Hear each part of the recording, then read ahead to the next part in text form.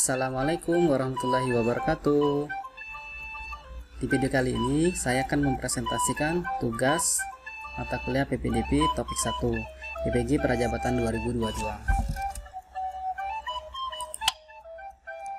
Tugas mata kuliah PPDP yaitu pertama, berikan penjelasan bagaimana penerapan teori behavioristik, teori sosial kognitif, dan teori konstruktivisme di dalam kelas.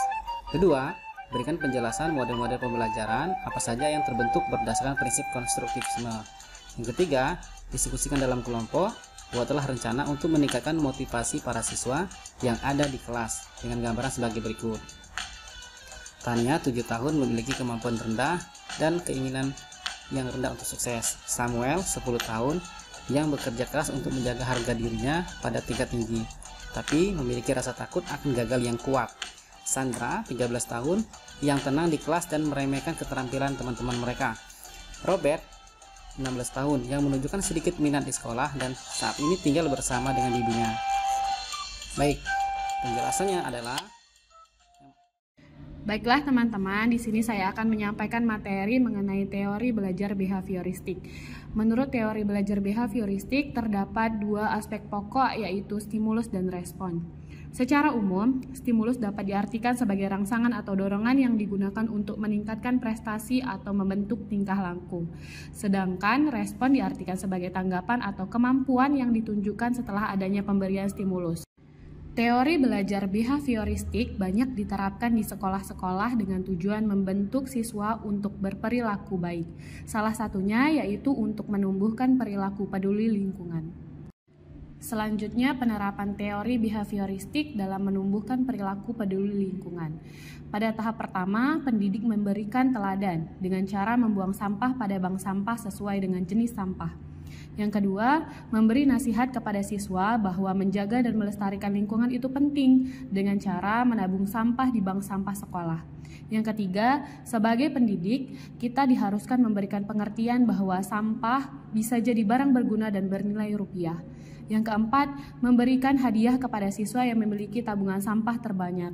Yang terakhir, memberi peringatan verbal jika mendapati siswa yang belum membuang sampah tidak di tempatnya. Selanjutnya, penerapan teori kognitif sosial. Penerapan teori kognitif sosial dalam pembelajaran di kelas yaitu seorang guru harus dapat menciptakan kondisi suasana yang riang dan menarik dengan cara memberikan materi dengan model pembelajaran yang bervariasi agar seorang siswa tidak jenuh saat pembelajaran. Cara-cara yang digunakan antara lain: 1. Memberikan pertanyaan-pertanyaan ketika proses pembelajaran berlangsung. Yang kedua, mengerjakan latihan pada setiap akhir suatu bahasan. Yang ketiga, membentuk kelompok belajar. Yang keempat, menerapkan pembelajaran kontekstual, kooperatif, dan kolaboratif. selanjutnya teori konstruktivisme. Inti dari konstruktivisme adalah bagaimana siswa belajar dengan cara menghubungkan informasi, konsep, dan rumus yang didapatkan di sekolah dengan kehidupan nyata. Nah, langkah-langkah penerapannya, yang pertama, memancing peserta didik tentang suatu pokok bahasan atau konsep dan membangun komunikasi dua arah agar mereka bersedia memberikan gambaran secara umum. Tahap kedua, meminta peserta didik untuk mencari solusi atau menyelidiki konsep yang telah dipaparkan di tahap pertama. Tahap ketiga, peserta didik diminta untuk memberikan pemaparan tentang konsep yang dirumuskan berdasarkan pengetahuan yang telah diperolehnya. Keempat, mengkondisikan suasana belajar di kelas menjadi lebih hangat, santun, dan penuh wibawa. Guru mendorong peserta didik untuk bisa menerapkan pemahaman konseptual yang telah diperolehnya di kehidupan sehari-hari. Contoh penerapan dalam kelas, seorang guru meminta siswa untuk membuat suatu karya tulis mengenai banjir yang kerap melanda daerah mereka. Nah, sebelumnya guru dan siswa sama-sama belajar mengenai air, daur air, kegunaan dan manfaat air bagi kehidupan, termasuk juga bencana yang ditimbulkan terkait dengan air. Nah, selanjutnya, guru juga sudah menyelenggarakan diskusi mengenai penyebab-penyebab banjir dan langkah-langkah umum yang bisa dilakukan untuk mencegahnya. Nah, kemudian Setelah semua sesi pembahasan teoretik tersebut selesai, guru meminta siswa untuk secara individu membuat rangkuman dan kemudian menuliskan bagaimana cara mencegah banjir di daerah mereka.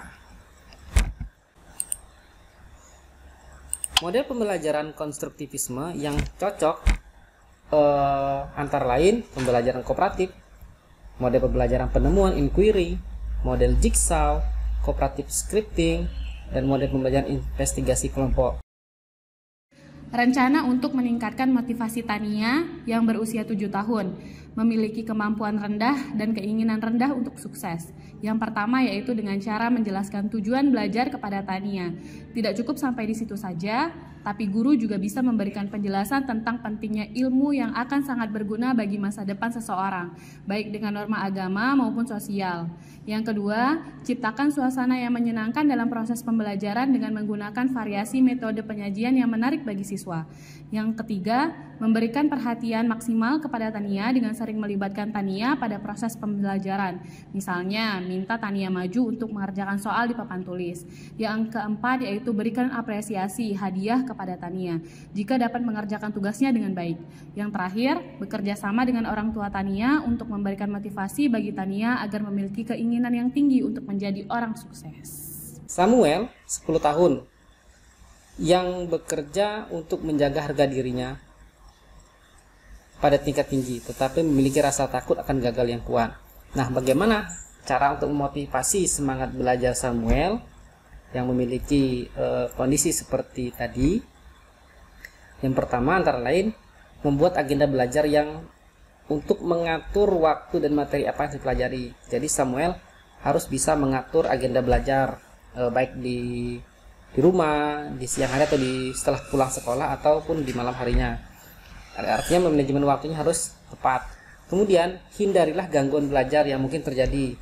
Artinya Samuel harus bisa mengatur waktu untuk bermain gadget, bermain sosial media, melihat televisi dan game online agar tidak mengganggu waktu belajar. Artinya bisa mengatur waktulah gitu, manajemen. Kemudian tentukan gaya belajar. Jadi Samuel harus paham nih gaya belajar seperti apa.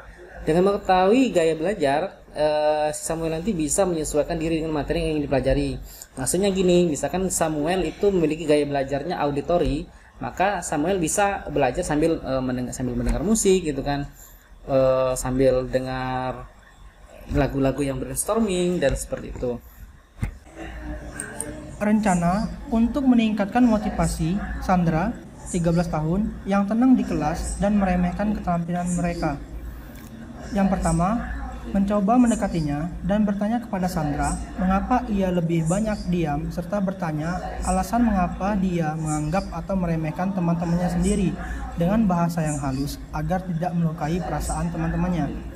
Yang kedua, dalam proses pembelajaran, memilih metode atau model pembelajaran yang lebih banyak aktivitas berinteraksi dengan teman sekelasnya, atau menggunakan model pembelajaran yang melibatkan diskusi antar kelompok atau pasangan. Yang ketiga, memberikan motivasi kepada seluruh siswa serta memberikan refleksi pembelajaran dari kerja kelompok yang telah dilakukan oleh seluruh siswa. Selanjutnya, rencana untuk meningkatkan motivasi Robert, 16 tahun, yang menunjukkan sedikit minat di sekolah dan saat ini tinggal bersama dengan bibinya.